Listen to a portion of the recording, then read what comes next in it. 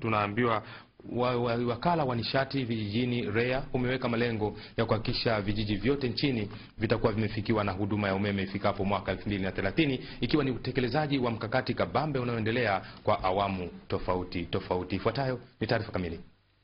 Mwenyekiti wa bodi ya wakala huo Bwana Edmund Mkwawa amewaambia waandishi wa habari jijini Dar es Salaam kwamba akielezea utekelezaji wa miradi ya nishati vijijini, hatua ambayo amesema itachangia kuchochea maendeleo na ukuaji wa uchumi wa taifa. Hivi sasa REA inatekeleza mradi kwenye wilaya 133 mikoa yote ya Tanzania bara, ambapo miundombinu iliyojengwa chini ya mradi huo utawanufaisha wateja milioni 1,250,000 watakaounganishiwa umeme kwa kipindi cha miaka 5 ijayo.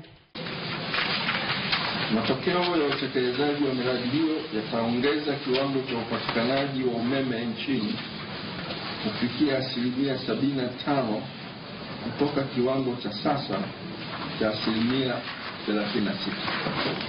21% ya sasa hadi kufikia 45% mwaka 2025.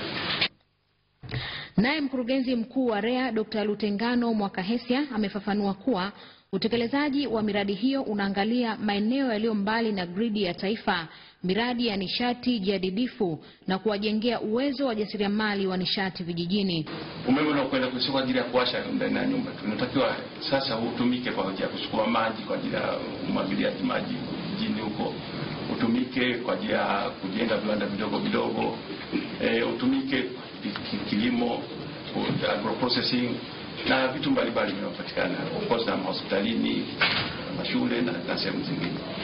Tumekuwa na intervention kubwa. Kwa mfano kule Mtwara, Lindi kuna kazi inaendelea, kule Katavi, Rukwa, Kigoma, na kama mlivyosikia miradi ya mwanzo tulipeleka umeme kule Kasulu, Kibondo, sasa hivi tunapeleka umeme wilaya Kakonko, Buhigwe. Kutoka Dar es Salaam, Kisa Mwaipiana, Channel 10.